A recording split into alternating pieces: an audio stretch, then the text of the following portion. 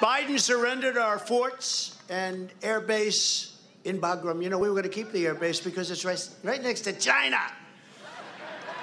And their military institutions and their installations, and they have a lot of things surrounding it. And we had this big, beautiful air base that cost billions of dollars to build.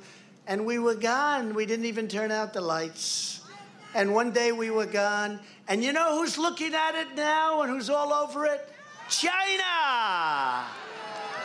We were never leaving that. We had a perfect plan, and they were listening to us. Abdul, you can't shoot our soldiers. You know what?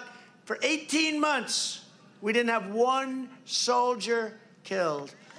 They listened to me. I said, you can't do it, Abdul. We'll hit you harder than you've ever been hit. You can't do it. And he understood that, and he left us alone. And we would have never moved our military out first. We would have never. They would have gone last. First Americans, then our people that deserve to come out, of which, by the way, the people that came out are not the ones that they were talking about. That was just like a mad rush. But Abdul understood that he was not going to do anything to us, and we would have taken our soldiers out last. We would have bombed our 5 bases, and we were going to occupy Bagram for a long time to come. And it would have been so good. But this guy, they just took the military out first. That's like the captain of the ship. Much more severe, by the way. If a captain of a ship goes, you say, all right, he didn't have guts, but it's not going to affect it too much. They took the military out first. And that's why you have those 13 empty seats right there. That's why. Because they took the military out first, and they created a void. And the Taliban said, what's going on? I can just see Abdul. He gets a call or a message that said, the military has left. He said, you're nuts, in their language. There's no way. Sir, the military has left. They've abandoned. They've surrendered. They've quit. Whatever the hell he said. And I guarantee he said, there's no way that happened. Nobody could be that stupid. They're smart. You know, they're good fighters. The Taliban, the Afghans generally are very good fighters. Very good. Among the best, actually. And they said, no, he did. And they sent a group in, and they said, you know what? The military is not there anymore.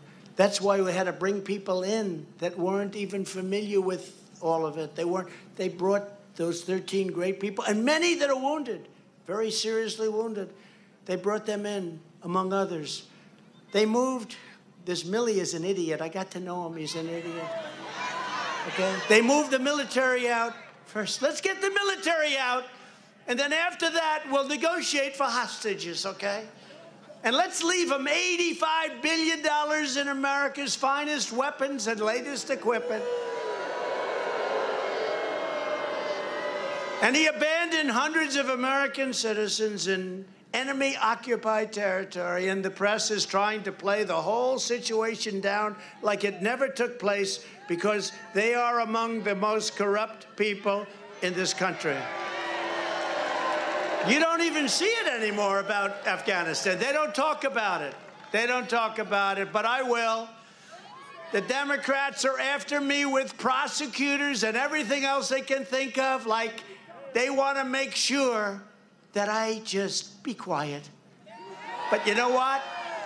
They want to silence me just like they've silenced so many others. It's one of the reasons we don't get the support we should from a lot of very good Republicans, but they're not as brave as they have to be.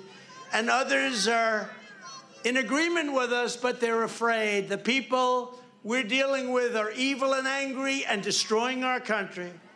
They're destroying our country. And they want to go after me because they think, a big mouth. I don't have a big mouth. You know what I have?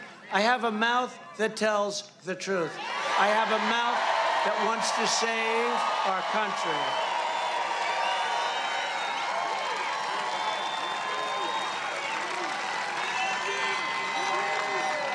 Now Biden is bringing into the United States tens of thousands of unvetted, unscreened Afghan nationals who never worked with the Americans before, including those with child brides. They have a child bride, 13, 14 years old.